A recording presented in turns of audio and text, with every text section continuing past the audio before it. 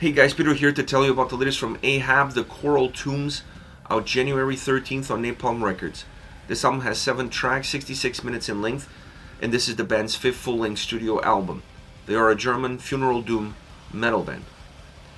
This album is based or inspired by 20,000 Leagues Under the Sea, and that inspiration takes this album and impacts it across all its elements: the concept, the story, the lyrics, the sound, and atmosphere, and even structure.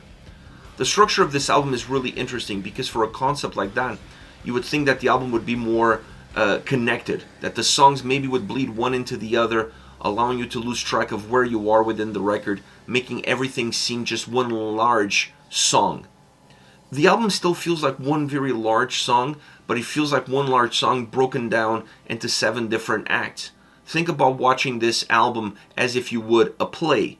A play has a sense of continuity. It is one story that's being told, but it's being told in different acts. All of those acts have a sense of beginning and a sense of end, with a cliffhanger that connects you to what's coming next. That's exactly how this album is put together. A very interesting structure, one that I was not expecting, and one that works extremely well for an album that has this sort of sound. It gives you enough pauses, enough breaks between tracks, just for you to catch your breath, just for you to catch some air, in order for you to better digest the overall experience of listening to this album from start to end. As far as the sound is concerned, the best way to describe it is underwater funeral doom. And I say this because this album has a lot of water elements in the atmosphere, obviously in the concept, but also in the sound.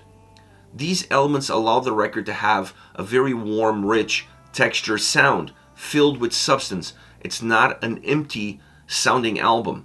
It's also an album that has a sense of progression as far as the sound is concerned and the experience that it gives. It allows a record not to be linear. It's not one of those records, specifically when it comes to funeral doom, that you feel like you're drowning with every single song. This record allows you as much to go deep into it as it does to come up from it.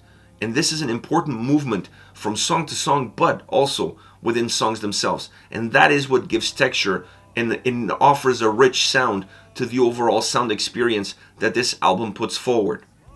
When you talk about the sound on this album, I think you have to talk about guitars first and foremost. They are one of the most impactful elements that this record offers. But you also have to look at the drums. Starting off with the drums, there are some spices, there are some outside the box elements, like some blast beats starting off the record. I wasn't expecting that, but it was a nice added value to what the drums are offering throughout the entire record. After the opening song, you're going to see the drums having some heaviness, but playing more of a secondary role, creating the bass line, creating the foundation for this album, but not really rocking the boat. The guitars, on the other hand, are filled with life. That water feel that this album has sound-wise, it's always connected to the guitars. How they feel, how they sound, how they come forward. Sometimes you're listening to the guitar sound, to the riffs, to the melodies, and it feels like water dripping, hitting a glass, bubbles from a submarine coming all the way to the surface, or the sound of waves, the sound of current. Interesting how they were able to create those images in my mind as a listener just by using the guitars in very specific ways in very specific songs in order to create that visual effect that impacts your perception of that specific song. And that allows the guitars to have life, it allows the guitars to have more energy, and allows the album sound-wise to not be linear, but to rather be a little bit more eclectic and have a little bit more of ebbs and flows as you move around it. Ebbs and flows that you're also going to find in the vocal performance. This record features 2 guest vocalists, Chris Noir and Greg Chandler. Now, their additions obviously add value to what the record offers, but the record is strong vocally regardless. The harsh vocals bring you down. They feel very cavernous, like you're entering some dark abyss, and that's the voice calling you on the other end. But the clean vocals allow you to come up to the surface, allow you to see a lighter side of this record.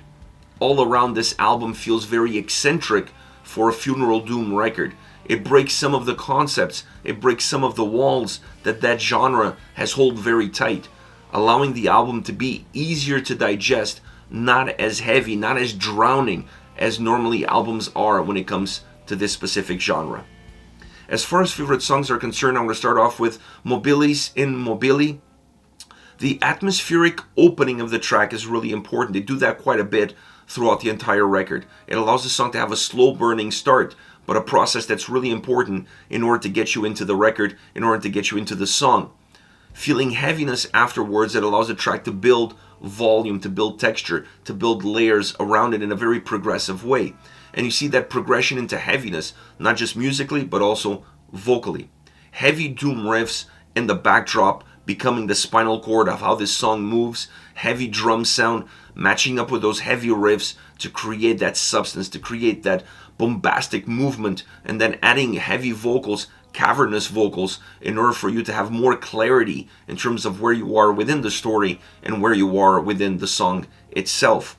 Then the guitars emerge almost from the deep abyss into the surface, becoming a more melodic track. The vocals become clean and you have a different momentum, you have a different perception of the song. But that almost becomes a bridge of momentary clarity until you go back into the darkness, until you go back into the cavern, both musically and vocally. Next we have The Sea as a Desert, almost a underwater psychedelic guitar sound. And that guitar sound is how the song starts. And I love the fact that the song then evolves, becoming thicker and heavier, but that original sound, not necessarily exactly in the same format, stays as the underlying current that carries the song all the way through, becoming heavier musically, vocally once again, allowing still some melody to creep in. The clean vocals also emerge within the track, and those clean vocals allow that melody to become a little bit more substantial, to be a little bit more noticeable, but still a song that surrounds itself with heaviness both musically and vocally, allowing the track to have almost this way of letting you loose for a little bit, but bringing you back down again. Last but not least, A Choral Tomb. Talk about cavernous vocals. This song is filled with it. The water sliding down a glass window on a storm or in a submarine is definitely present in this song through the guitar sound, but also through the overall atmosphere that the track holds. Really important in order to paint a vivid picture of what the song means within the concept, within the overall idea of the album, but also what the song means within itself. It better possesses a way of you understanding the track, the sound, the vocals, and everything coming together as one. At times it feels very stripped down, very melancholic. Musically and vocally, the clean vocals really enhance that melancholy. But it always has a big sound. You always feel like even when it's stripped down, there's more to it behind it. And then when that sound increases, when it becomes a little bit bigger, a little bit thicker, then it's becoming visible what's perhaps hidden behind a curtain. This is it. Ahab, The Choral Tombs, out January 13th on Napalm Records. Let me know your thoughts on the band, on the singles. Use the comment section below. I'll be reading those and getting back to you. Take care, guys.